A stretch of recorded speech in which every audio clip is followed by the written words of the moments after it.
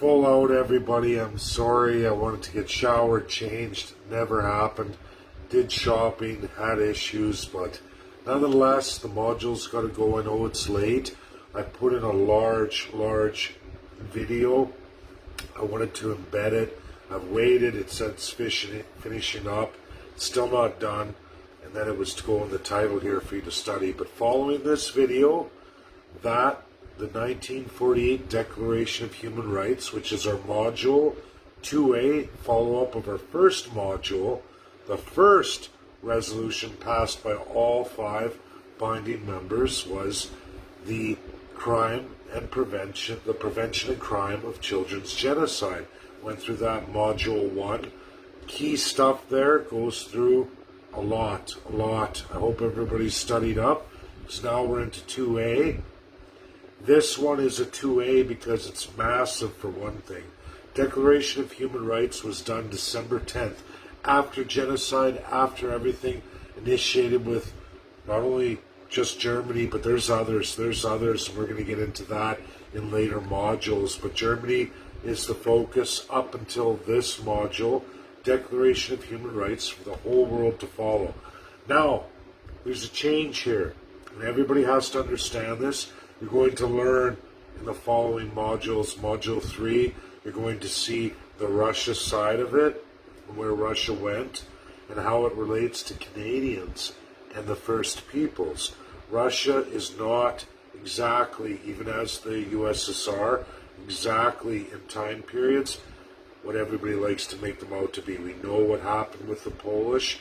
We know all of that atrocity. We're going to get into that in the next module. But for now, we're going to go through the first half of the Declaration of Human Rights, 1948, signed December 10th. 4 out of 5, meaning Russia didn't sign, but they didn't say no. They held off and said, wait a minute, there's issues here that we don't feel have been resolved enough by the United States of America. So we're already getting Russia and USA are looking at each other, the birth of the Cold War. Russia has ideas of how a world should run. USA has ideas of how a world should run. The Declaration of Human Rights is a beautiful, beautiful, crafted instrument. A lot of women, for everybody. When I say the word everybody, what does that mean to you? To me, everybody means regardless of your sex, race, creed, nationality. That word is utilized in almost every article of the Declaration of Human Rights in 1948. They use the pronoun he quite a bit, but everybody. At the beginning of every article it says everybody. And they use the pronoun he. It's 1948. They use it as he. People can be upset. It's 1948. And they start off introducing each and every article with everybody. Everybody. That means, and in the preamble, which we're going to go into right now, all human beings, regardless of distinction of sex, meaning men and women are not distinguished or other. And it goes on and on. Even less political. There has never been a crafted piece of human rights, fundamental rights, which everybody, the preamble of the Declaration of Human Rights, which goes into every aspect of every fundamental, meaning rights that the Allies say you're born with. They all agree except for Russia. And that's part 2B, the next module. I'll just give you this. Russia had a problem with colonialism already. They didn't like aspects of colonialism in regards to a series of how the interpretations that they viewed as they went into imperial countries, the USA didn't go into, or not as entirely. Russia did. Russia's right next door to Europe, so Russia had a different insight than the United States. Let's just put it that way. USA has always beaten every colonial. Russia's had to live next door to all the colonials, their entirety, and then their imperial system overlaps because they never did colonialism. but they had to overlap and fight with the colonials, whereas USA defeated each and every colonial and did a union. They're the first union of states. They call them states. There was no UN at that time, but they had already built a UN for America first. And then when we get into this declaration, it's USA and all the other countries agreeing to these terms and conditions on December 10th, which goes into rights no Canadian or First Nation has ever had. You have 0 fundamental rights. Canada does not respect any human rights whatsoever. Not whatsoever.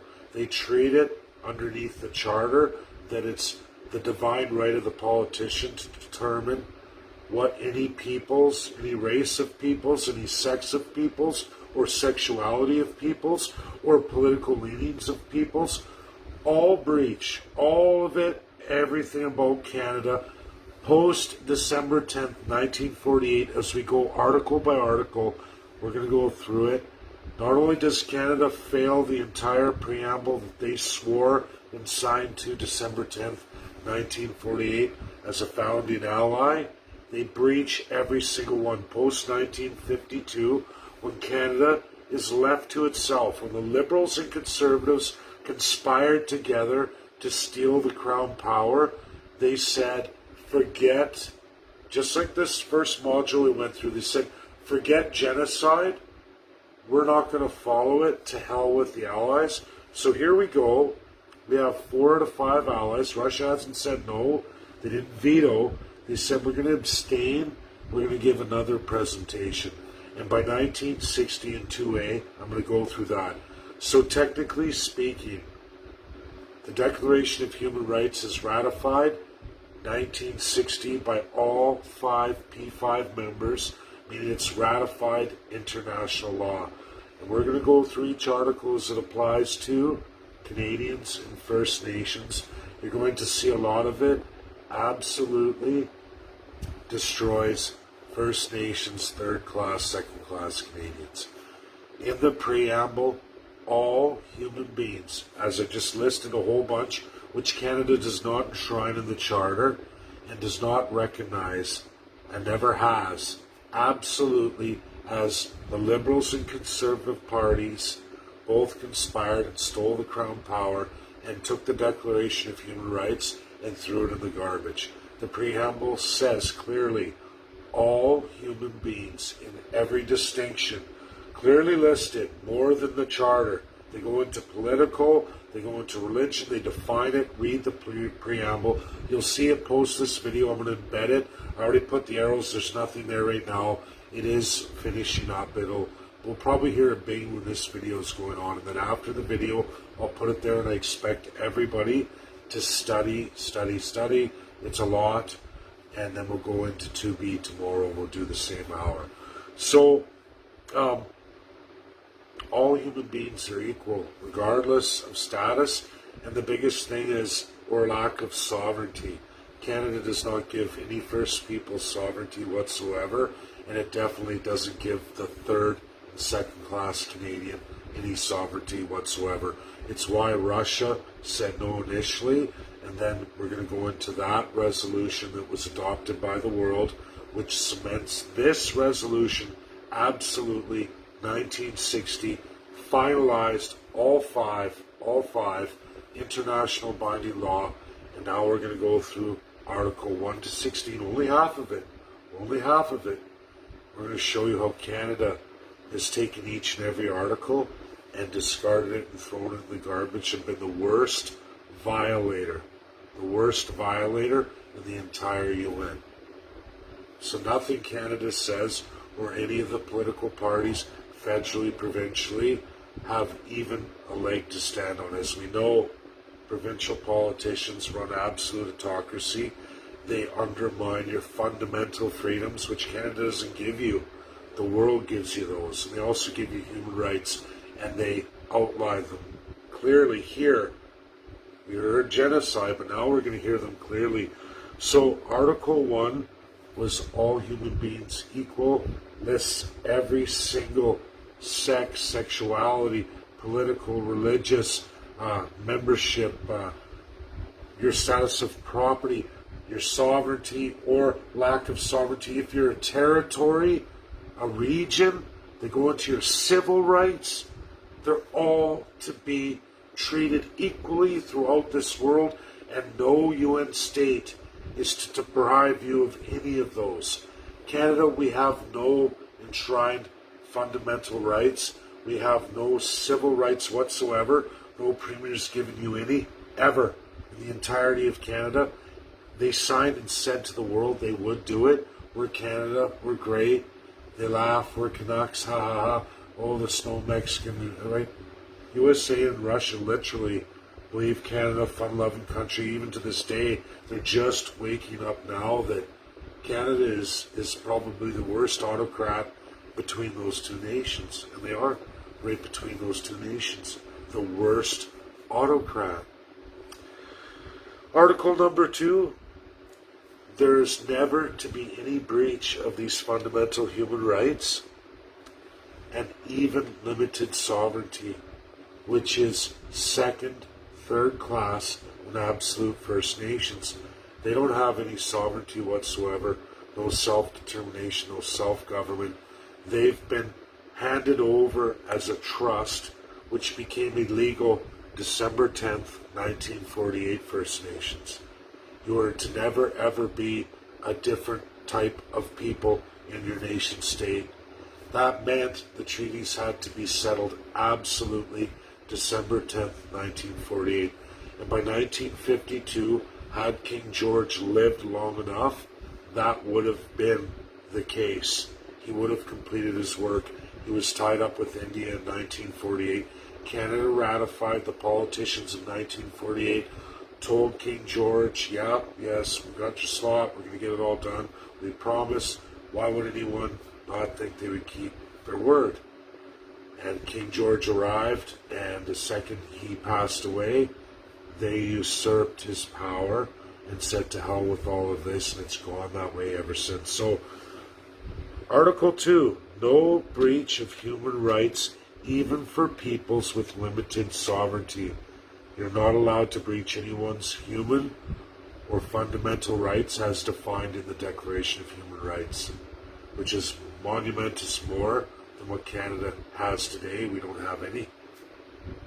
And they've breached your rights for over 70 years straight. 73 years to be exact. All third, second-class Canadians and absolutely the First Peoples of Canada, all of you, especially the Treaty Indians, have lost all of their humanity at the expense of the Canadian government when they promised the world that they would fix it. In 1952, when given that opportunity, when King George passed away, they usurped it and said to hell with Article 1, Article 2, and continued on. It's 73 years later, and nothing has changed. Not a thing. Not a thing. Article 3, security of person. In Canada, it's illegal for you to defend yourself, defend your home, defend your property, or resist anyone from taking your children away from you. It's illegal. The government can do all those things. Article 3 says that's illegal. Canada signed on to this 1948, December 10th, promised the world that they would give all citizens, even, again, Article 2, those of limited sovereignty, security of person, security of family, security of home. Is that true, Canadians? Do you believe that your government to this day has ever given you the right to security of person? No. No, you don't have the right to defend yourself. In fact, you can even get charged in the event you do, depending on the arbitrary system that you're put into, depending on your race, where you're from, what your class or status is. If you're limited sovereignty First Nations, or if you're a third-class citizen and you're dealing with a first-class citizen, you're likely to lose. Breach number 3. 3 articles, 3 breaches by Canada. Article 4. Servitude. This is for the third-class Canadian, something First Nations have to understand. The treaties as they were, and the way the government, nobody's fault here. The promises made from the first class to the First Peoples entirely, especially the Treaty Indians, for access to the lands to create this crown land, which was never agreed to, but they did it anyway. They put into servitude the third-class citizen will be in servitude for all errors, grievances to the First Peoples. It's what generates the racism. It's Article 4. It's outlawed worldwide. Canada agreed they would never do that. We all know income tax, property tax, the list goes on and on. And we all know all the legislation that the third working class must pay for First Nations entirely. Not First Nations' fault, but First Nations, you have to understand. In this world binding law, after treaties should have already, you should have had self-determination by 1952. Self-government, and a big portion of Canada should have been settled and made available to you, and we should have been working as a nation together, and the government should have told you, all the chiefs, this is the new world. A war happened, a world war, and the colonial system that we've pushed on you is over. But again, the Liberals and Conservatives, once they had the crown and nobody was any wiser, they decided jointly, and every party since, everyone who's elected, they know all this, and they keep administering it. And they want First Nations and third class at each other, so that way racism grows. Government has to pass more restrictive measures against the third class to pay for First Nations, even though the money doesn't go to you because it's government's money, and they take all the money, but then they amend shitty services for you. This is servitude. Servitude. The third class, it's class structure in Canada, has to be in servitude to the government on behalf of First Nations, even though not much goes to the First Nations. You see the scam here? And they're breaching one of the worst articles that goes back to genocide. I can tie this one, Article 4, servitude, slavery, is absolutely in the genocide. So this is where the government uses the First Nations who they've badly genocided, badly abused, and are not turning over, but they use them as a catalyst to abuse the third class and get each other at each other. And it does, and it fuels more racism, more problems with the two peoples. This is the game of the government. World War II was fought on all that kind of shit with colonial powers, and Canada continued all the way till today. It's happening right now. It's happening right now. Today is Manitoba Chiefs talk. We just saw it. Another proof breach, 73-year-old living breach of Article 5. So 1, 2, 3, 4, 5. Sorry, Article 4. Article 5 is punishment. It means residential schools, First Nations. The government is not to punish you in the event of breaching your home. They're not to be able to come in and take your children arbitrarily by force and break your family. That's outlawed. That's Article 5. Residential schools, complete breach. 1, 2, 3, 4, 5. We have to go to 16, and it still goes. We know it's still going with, just in Ontario, Doug Ford, the provinces have it now, and they are taking children arbitrarily, restricting parents to keep those First Nation kids away. And they make it so it's impossible for the parents to pass to get the kids back. Oh, you ran out of peanut butter. We took your kid. Like, people run out of peanut butter. Why do you do that to First Nations? The punishment must fit the crime. In Canada, the punishments against First Nations historically don't fit the punishments handed out to the rest of the third, and then even less for the second, and absolutely hardly any, if any at all, for the first class. Punishment is to be uniform for everybody, but it's not. It's worst for First Nations, then third class. It starts to get better for second class, and first class, good luck criminalizing a politician unless you literally catch him on video with a dead hooker in the trunk. I hate to say that, but that's the analogy.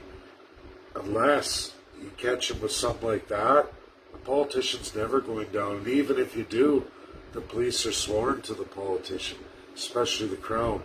Will they ever actually be convicted? Probably not, especially when they control the courts. No accountability. This is illegal. Terrible one. Article 5. Canada's breached it entirely. It's another outlaw of colonialism, meaning there's not to be any class structure and justice. It means one size fits all. Law of precedent. Doesn't matter how much money you have, or how little, or what limited sovereignty the country's put on you, i.e. the First Peoples. Completely wrong. Complete breach.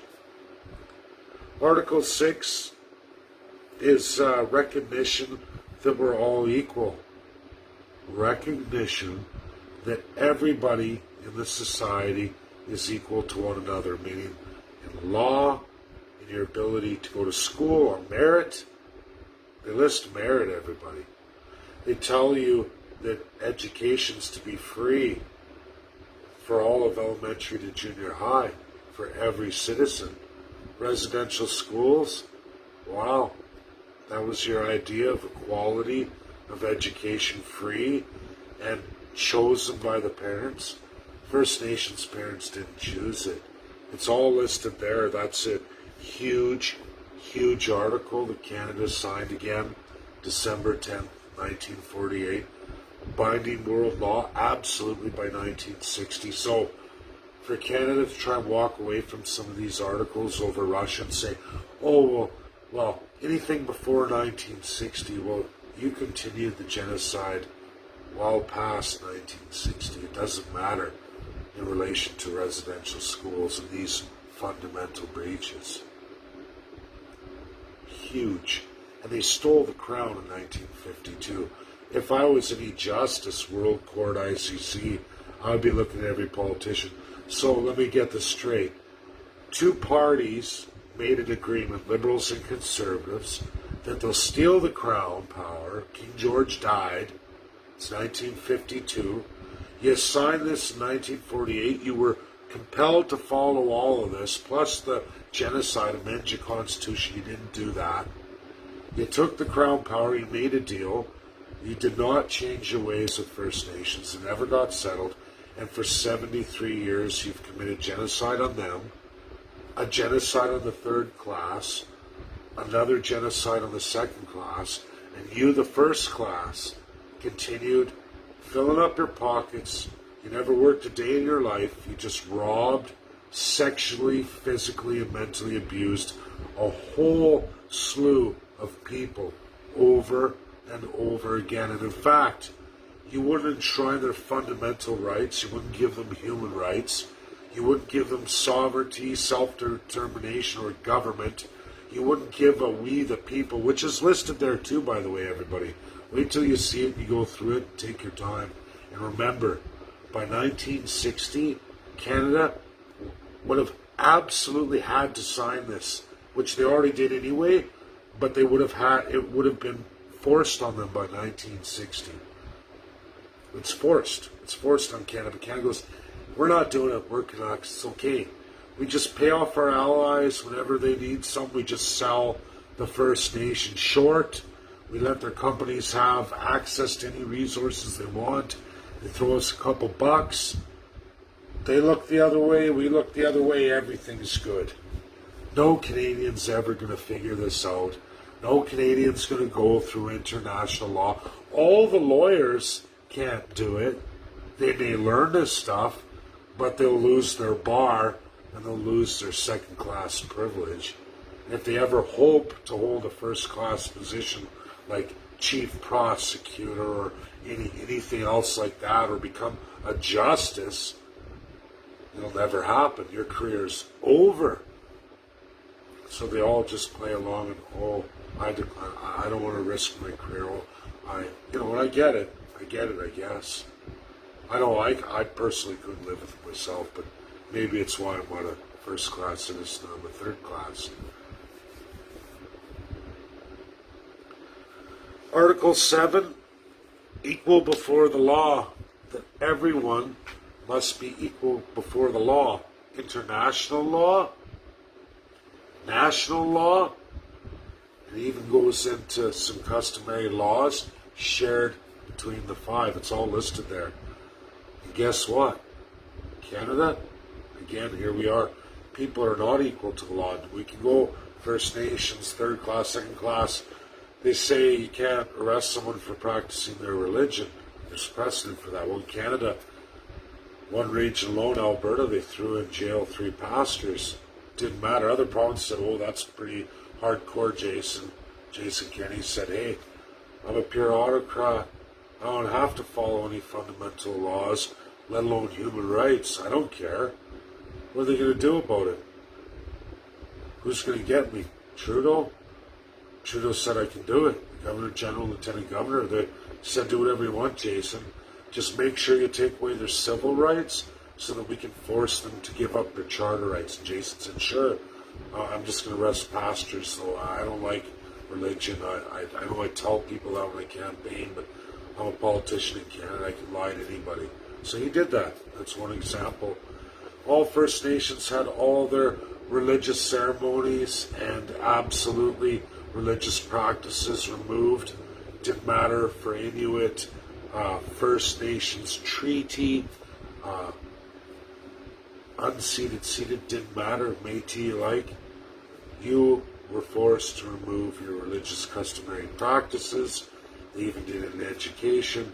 Total breach. We have not even made it through one article so far of a binding world law that Canada was first to ratify and help draft. And by 1952, all the politicians had run away and said, forget it, we're the crown now. We are going to be the colonials. We're going to keep this going forever. No one's ever going to figure out. We got the best system. We did better than Hitler. Hitler went too far. We're going to keep it small. We're going to keep it isolated to small groups here and there. COVID-19 woke a lot of people up. Halfway through this, Canada has failed in every single article. Grievously. Why would you even sign the Declaration? Why don't you just come forward, Justin Trudeau, Aaron O'Toole, Jagmeet Singh, and say, hey, look, the Declaration of Human Rights, man, that's not for us. We're first class. We don't follow none of it. Zero. We're one of the worst of the NWO countries, rogue UN states, worse than any other tyrant. Why we're worse is because we lie about it. At least those other tyrants are in your face. You know who your enemy is. But they've got a yellow belly chicken shit way of doing this, everybody. The Queen, the Empire, the whole, all outlawed, but it's your politicians. But they hide behind a little old lady, pretend it's some kind of crown thing, and it's not us, it's not our fault.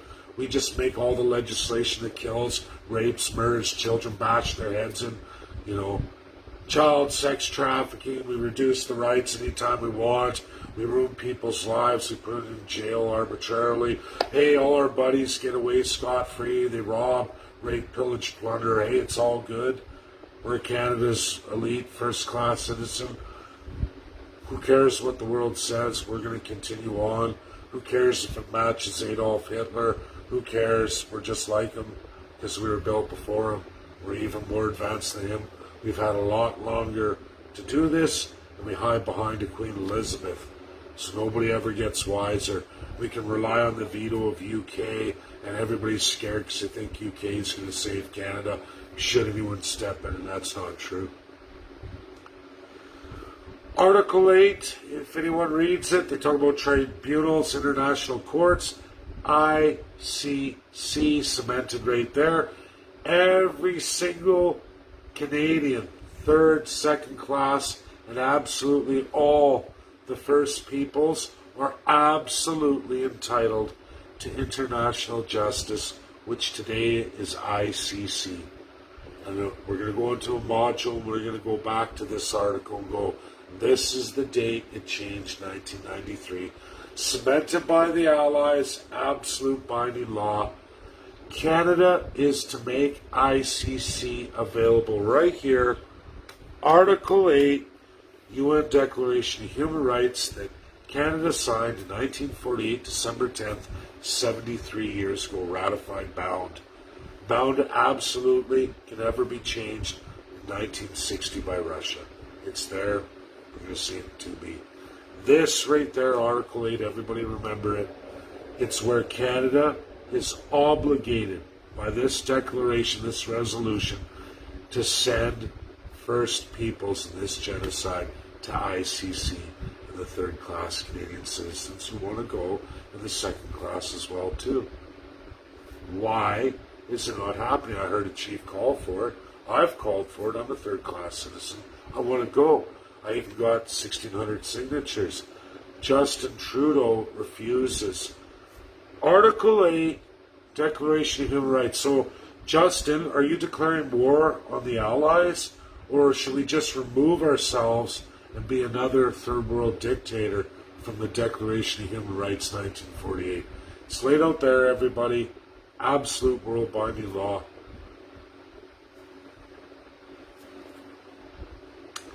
Which puts me in another thing here. Did you know that you have the right, the UN Charter, 1945? It's in a later module.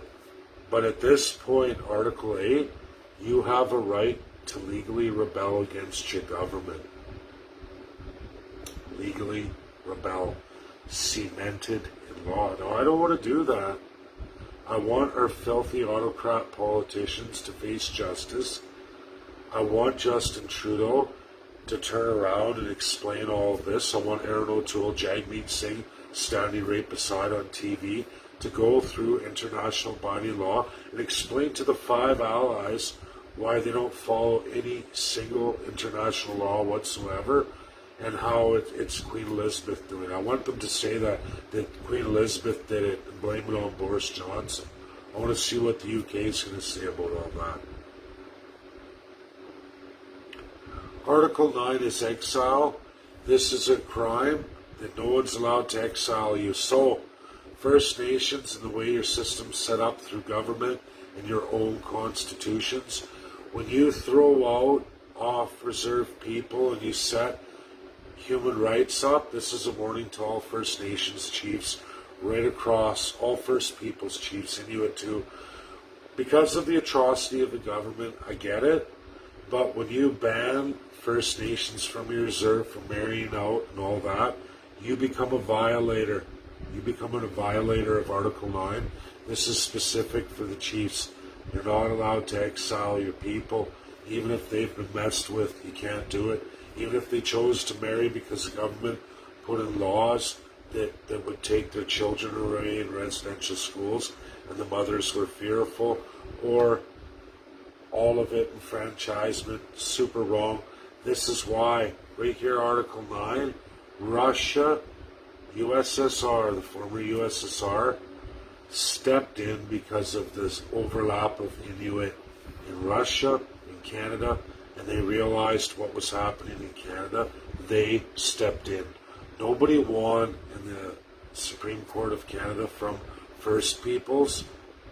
They had lost. They won in 1961 only because Russia stepped in, passed the resolution, adopted the Declaration of Human Rights right in the 1960 resolution. First Nations, First Peoples, Inuit, Métis, you don't know this. The government's tricked you into breaching a major international law, and they're hoping they can use that. This is Trudeau, O'Toole, Singh, and maybe they've been doing a fear tactic on Article 9 to all chiefs, thinking that they're going to be prosecuted too. Like, oh, we committed a crime, you'll be prosecuted too, right? We may have committed murder, but you were standing there and you had the keys to the handcuffs of that person, so to speak. You know what I'm saying, everybody? So you're implicated, right? Same with the church. This goes on and on and on. And this is why we have to go through this stuff and talk about it. We have to address it, take these truths as they are, as we go forward. We develop our resolution to address it. It's why I freaked out earlier today about First Nations and absolutely where the Manitoba Chiefs are going, because I know a lot have breached Article 9, the exile of their own people, off reserve people, thrown off the reserve, not allowed to contribute, or half-breeds, or others, or married outs. Just as bad as Canada did, the government's responsible for it. But if we're going to talk truth and reconciliation, Article 9 has to be addressed by all First Nations. First Peoples, sorry. Article 10, yeah, independent tribunal of ICC over FN, third and second class. That's all listed there. That's for all of us sons and daughters again. Reaffirmed. Absolutely. This is the real sad one next. We're at Article 12. It's super sad. The family home taken apart by forced residential schools. Outlawed by Article 12. Again, Canada signed, promised they would never do such a thing. They did it to First Nations.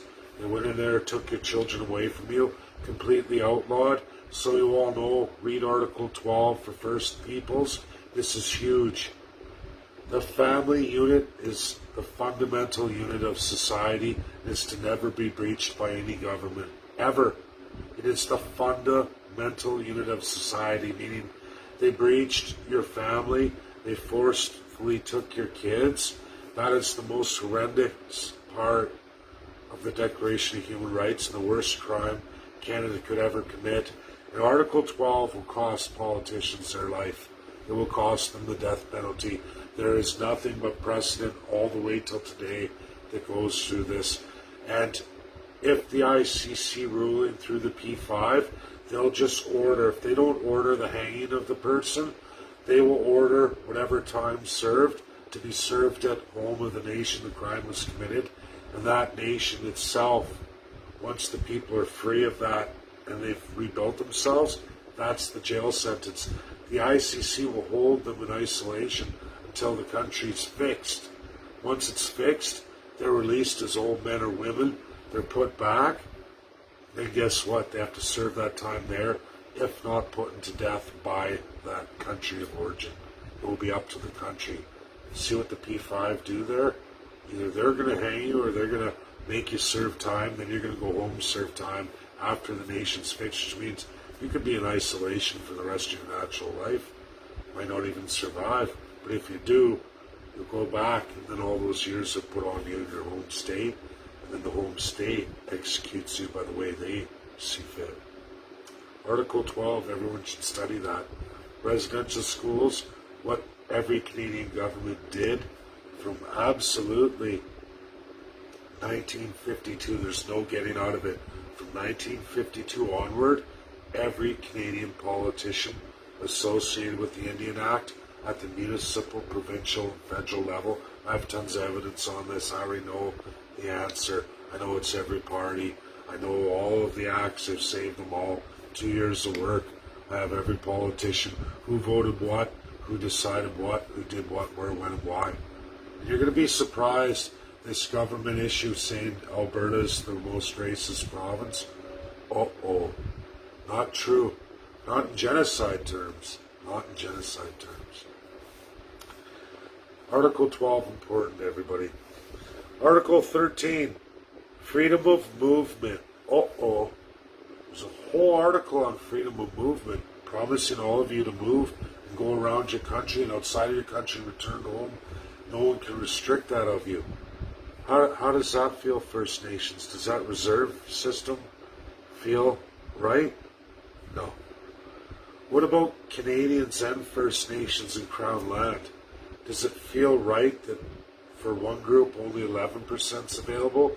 For the other group, only 8%. And of that group of First Peoples, the First Nations full-blood Red Treaty Indian got absolutely the worst, shittiest raw deal out of everybody. A reverse class structure, meaning the redder your blood, the deader you're going to be. And the worse impoverished conditions, the less you're going to have. That doesn't fit, none whatsoever, in Article 13. Canada is an abomination of Article 13. So far, everybody, almost halfway through, 1 to 13, Canada has done the exact opposite of what's listed there, what they promised, what they signed on. And again, after 1960, it's world binding by all five. All five. You'll see that in part 2B tomorrow. Article 15, you're never to have your nationality deprived. Uh-oh. First Nations completely deprived of their nationality. Their culture, their language, all of it, absolutely, in the longest running steady genocide. And Canada wants to talk Uyghur Muslims with zero evidence, never been to China to go look in on it or know the situation. There's no children in these camps, or we don't know the situation. That's the truth. And the problem is, Canada's Parliament passed this. The Conservatives, NDP bloc passed this. Liberals abstained, but it voted through. And guess what happened? USA and UK backed out. They backed out. And then on the day of Children's Genocide, for the crime and prevention of genocide, Canada gets listed by China, and none of the five allies, USA, Russia, UK, France, debated it. They chose to accept it, and they didn't veto or debate. It's the day of debate for it. Every country listed there, the worst terrorizers, along with Canada, went through.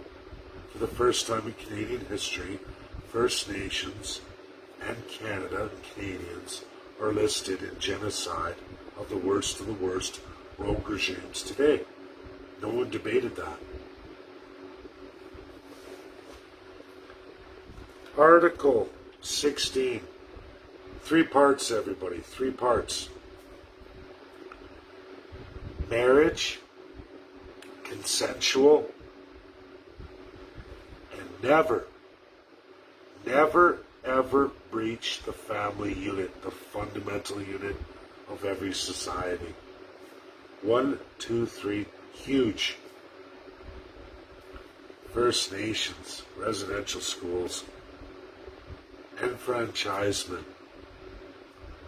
Canada was doing enfranchisement 12 years after they said, no more. They promised right here, signed it that year, that day. They didn't stop, they kept going. For 12 years under Article 16, all those politicians from 1948, December 10th, to 1961, he gets 13 years, are subject to death. Marriage, enfranchisement, First Nations women. Consensual. How is it consensual when, if you didn't want your kids going to residential school because they're going to get it in the bum or a little girl in the vagina, they might not survive and come home? Or if they do, they'll never be the same. What would you do? And don't forget, everybody, the Indian Act in residential schools, and that portion goes back decades before this. First Nations were fully aware. Women were doing that to save their children. That's not consensual. That's called assimilation by the white government, dictators, autocrats. Outlawed in 1948. They continued on. Conservative liberal. Death penalty. That concludes Articles 1 to 16. I hope everybody joins me tomorrow as we do 2B. You have to. Post this video, Declaration of Human Rights, all the articles listed. We're going to finish 2B tomorrow, finish the remaining half, and then we're going to go into Absolutely Russia, 1960. Compress that into the hour. I'm going to go to questions now. Anybody with any questions regarding this, nothing else. This and the resolution going forward, all on the first 16 we just went through.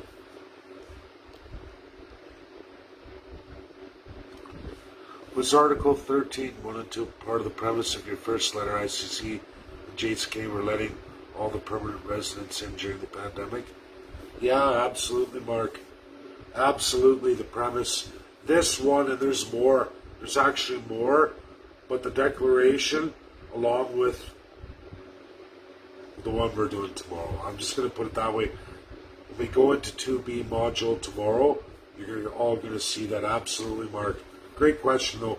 This is the bread and butter of it, but the absolute law is coming tomorrow, where it's things are going to get more hairy as we go, everybody. You're going to see, as I go through the decades, and how the Allies focus in on these things, and Canada keeps going, don't worry, we got it, us Canuckers. We're the first to sign. Oh yeah, they're pointing the finger at everybody. But meanwhile, in the shadows, they're absolutely doing the opposite. A sneaky, yellow belly Third Reich. A Third Reich system for decade after decade. And the Allies get more serious. And they start punishing nations all over the world horrendously. Wait till we get into the 60s, which we're going to touch on tomorrow, but it's just going to keep escalating. All of you are going to be going, by the time these modules are done, I hope so many Canadians and First Nations can go forward empowered that your government is no good for nothing. And they never have been. That term that don't trust your government, you don't trust the Canadian government.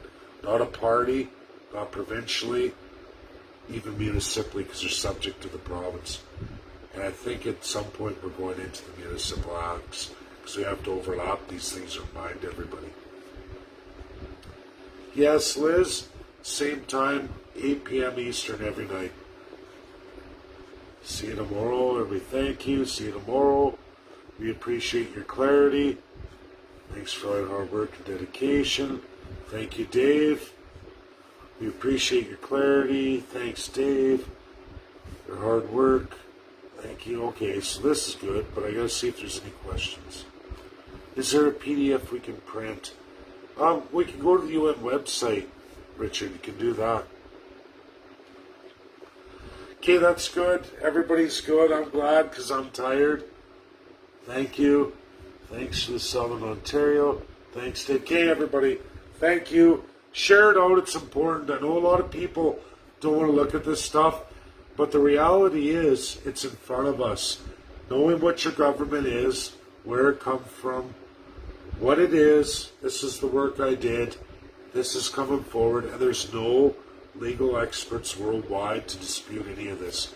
And if you look on Twitter right now, a lot of people, that professional video put out for Constitutional Day, there's a whole bunch of them clicking on it, liking it.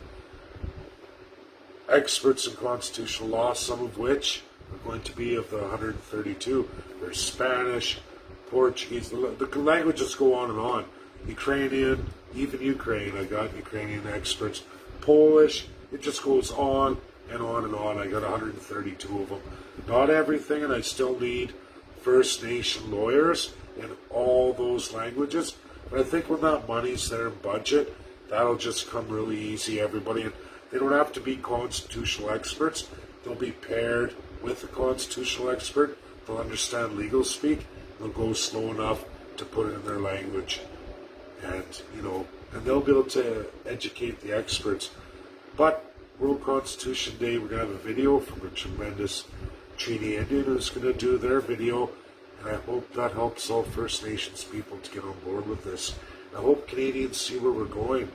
We can change the country of Canada. And even if we can't get elected, let's say that doesn't happen, everybody's all worried about that. This ICC and the 5 allies, by the time we're done here, I have an email to do to Karen Khan. There's more emails to do to the P5. There's always more work. I told everybody it's a sprint this year, a literal sprint. And it's just devastating blow after devastating blow to the government. And they're going to sit there like this. And they, don't be fearful. Don't be fearful. There's nothing the government can do. It's already been done. They've already been ratted out. But now it's to wake people up. And then so you all understand why I do my emails, why I target who I target, why I've been doing the work and focus on doing for the last 4 years, but the last 2 years hard. Love you all. Good night. I'm going to get some rest. I actually have a phone call to Treaty 4. There's a group of First Nations who want to talk to me. So that's super positive. I'm going to get back to that. You guys are giving me lots of time. God bless. Yeah, as one people, you bet, Robert. Bye now.